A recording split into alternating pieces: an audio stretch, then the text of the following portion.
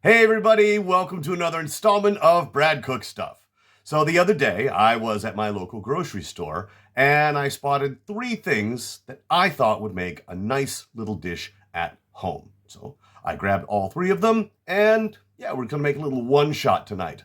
I think it'll make enough for basically 1 serving, maybe a little over that. But yeah, this is not gonna be a large meal. This is gonna be pretty much just enough for me. Anyway, let's go ahead and take a look at the ingredients and see what we're working with. Here are the ingredients for this week's small dish. The main part is going to be this small tray of Japanese beef, or Wagyu, this little package of little peppers, and finally, some brown mushrooms, which I may not use all of. I haven't decided yet. All right, so we're going to chop everything up. So let's go ahead and start with the beef and chop that into some smaller pieces. All right, that's my beef cut up. Let's move on to the peppers. That's all my peppers done. I'm going to toss them in with the beef. Next, let's chop up the mushrooms. That's everything chopped up. Let's go ahead and get it fried. We start with a little garlic butter. We're not just going to use butter to fry this beef, though. I actually got a little bit left of my Yamachan salt tare. We're going to go ahead and put a little bit of that in there as well. My beef is fried. We're going to take it out of the pan and set it aside for a minute, and we're going to fry up our peppers and mushrooms. I'm going to fry this in what was left over from frying the beef. Now, I was advised to do half at a time, so that's what we'll do.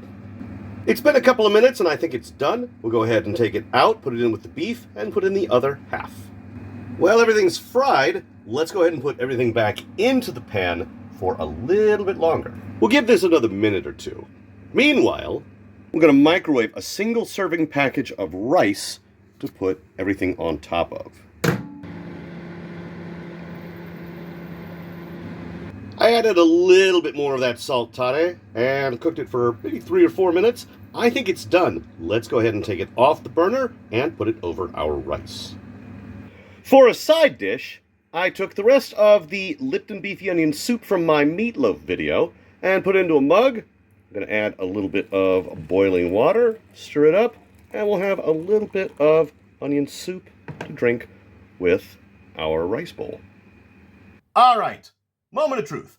I have here a bowl of Japanese beef, Wagyu, with 3 kinds of colored peppers, some chopped brown mushrooms, all fried in garlic butter and salt tare, and put over microwave rice. I mean, everything sounds good, right? So it smells pretty good. But of course, the proof of the pudding is in the eating. Let's give it a try here. Get some with a little bit of everything. There we go. Nice big bite. All right.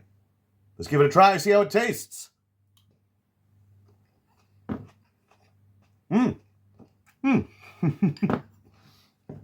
No, that's good. That's very good. I mean, what's not to like? Beef and vegetables over rice with plenty of sauce and seasoning. Let's get a nice big bite here. Okay,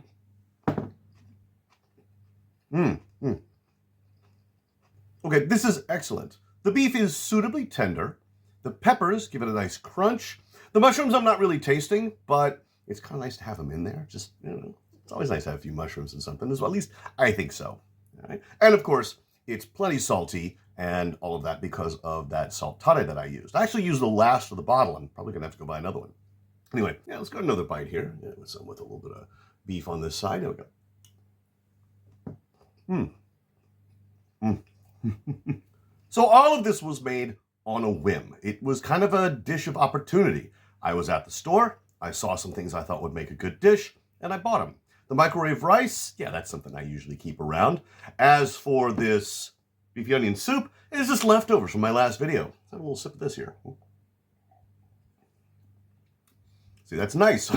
I do like a good soup, even if it's just a powdered instant soup. So, yeah, it was not hard to make.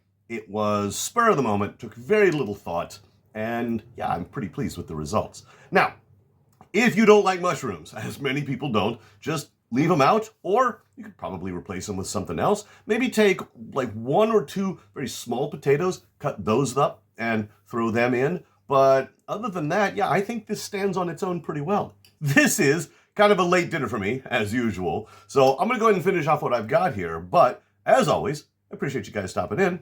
We'll see you in the next video.